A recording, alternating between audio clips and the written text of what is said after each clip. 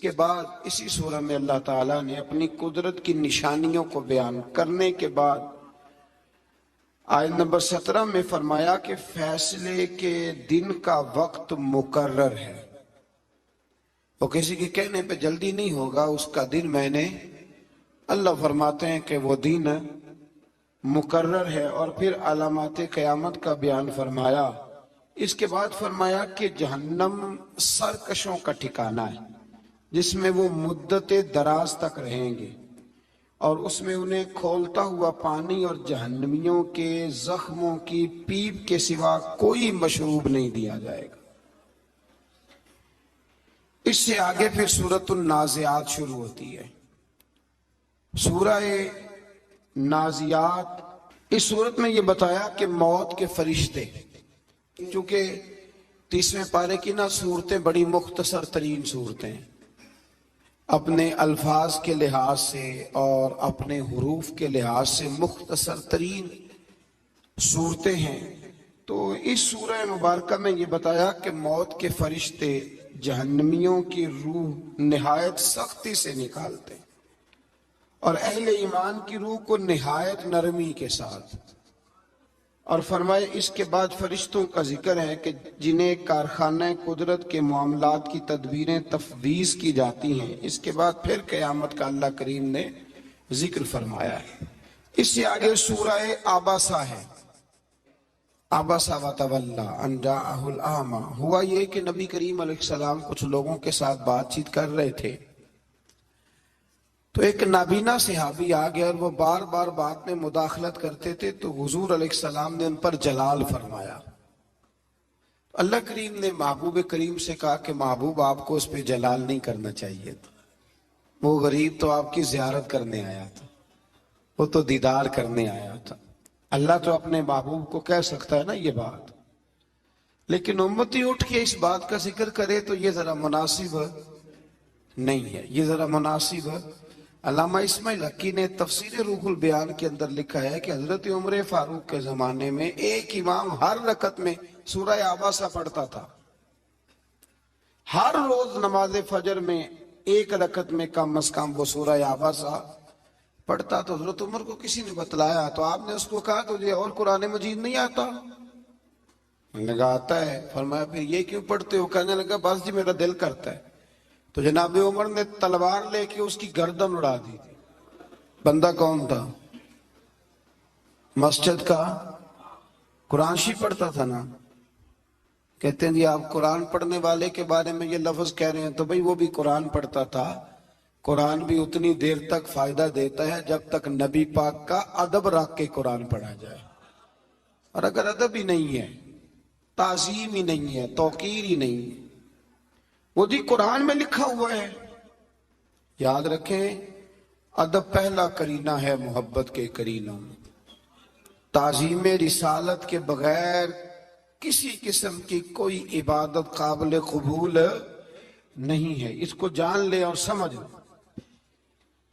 اسی اور اس کی دلیل یہ آیت ہے۔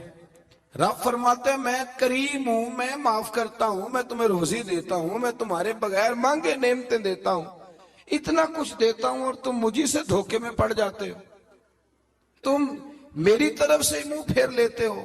الذی خلقک فسواک فعدلک، جس نے پیدا کیا پھر تیرے اعضاء کو درست کیا، پھر انہیں معتدل بنایا۔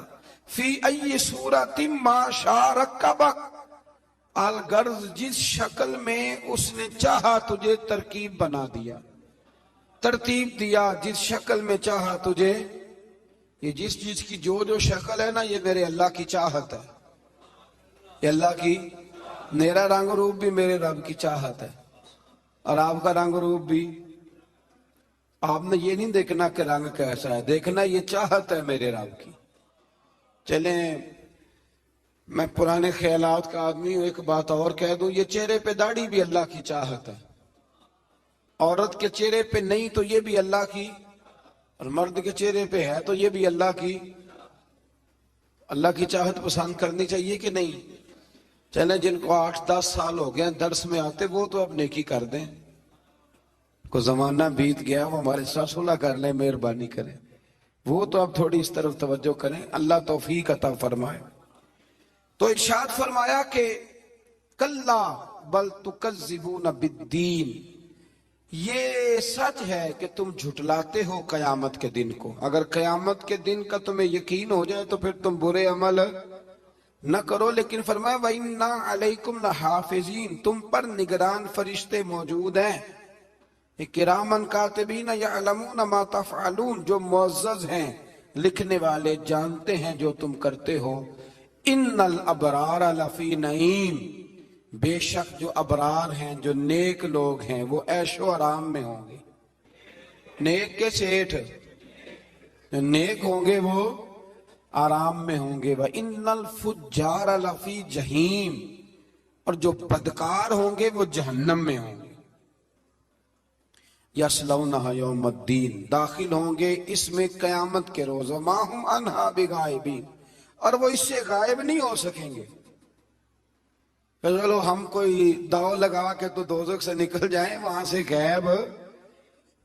غائب کوئی نہیں ہو۔ وما ادراک ما یوم الدین، یہ کئی جگہ پہ قرآن پہ لفظ آتا ہے پر ذرا غور کریں، فرمایا وما ادراک ما یوم الدین، اور تمہیں کیا پتا کہ قیامت کا دن کیا ہے؟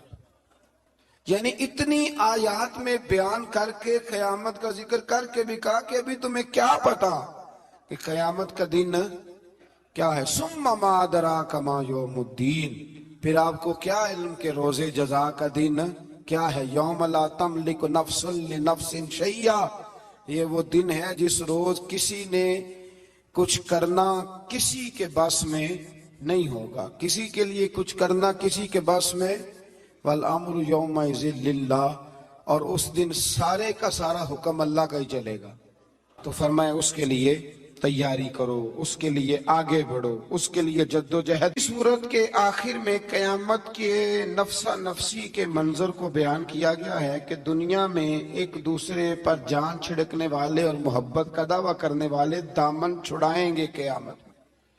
ایک شخص سے اپنے بھائی، ماں باپ، بیوی اور بیٹوں سے جان چھڑا کے بھاگے گا۔ اللہ تعالیٰ فرماتا ہے سب کو اپنی اپنی پڑی ہوگی، کچھ کے چہرے روشن، مسکراتے اور حشاش بشاش ہوں گے، اور کچھ کے چہرے غبار آلود ہوں گے اور ان پر سیاہی چھائی ہوئی ہوگی۔ ایک شخص نے صبح سے لے کے شام تک نہ وہ گھر گیا نہ اس نے روٹی کھائی۔ مفسرین نے ایک بات سمجھانے کے لیے لکھی ہے کہ صبح سے لے کے شام تک نہ گھر گیا، نہ گھر کی روٹی کھائی، نہ بچوں سے ملا، سارا دن ڈیوٹی پہ رہا۔ شام کو جب اسے پیسے ملتے ہیں، تنخواہ ملتی ہے، کتنا خوش ہوتا ہے، پھر وہ اپنے گھر جاتا ہے۔ فرمایا وہ لوگ جنہوں نے دنیا میں ساری طاقتیں ہونے کے باوجود گناہ نہیں کیا، ہر چیز جیب میں ہونے کے باوجود خطا نہیں کی، بچتے رہے، کوشش کرتے رہے، تو قیامت کے دن رب جب انہیں مزدوری دے گا نا تو پھر ان کے چہرے بھی خوشی سے کھل اٹھیں گے، پھر ان کے چہرے خوشی سے کھل اٹھیں گے، پھر اللہ تبارک و تعالیٰ کے وہ بندے بڑے فرح ہوں گے۔ آگے پھر سورۃ تکویر شروع ہوتی ہے۔ اس سورت میں بھی علامات قیامت کا ذکر ہے کہ سورج کی بساط نور کو لپیٹ دیا جائے گا، ستارے جھڑ جائیں گے، پہاڑ چلائے جائیں گے، ابھی کھڑے ہیں تو پھر یہ چلائے جائیں گے۔ 10 ماہ کی حاملہ اونٹنیاں بیکار چھوڑ دی جائیں گی، یعنی دنیا کی مال و دولت کی قدر ختم ہو جائے گی۔ عرب کے اندر جب اونٹنی حاملہ ہوتی تھی اور 10 ماہ کی ہوتی تھی تو پھر وہ بڑا دھیان رکھتے تھے، تو قرآن نے مثال دی، یعنی یوں سمجھ لیں کہ 20-20 کلو سونا بھی پڑا ہوگا پر کسی کو پرواہ نہیں رہ جائے گی۔ اب پرواہ ہوگی تو قیامت کی۔ آج تو بڑی پرواہ ہوتی ہے نا، مطلب جس جیب میں پیسے ہوتے ہیں ساری توجہ اسی جیب پہ ہوتی ہے۔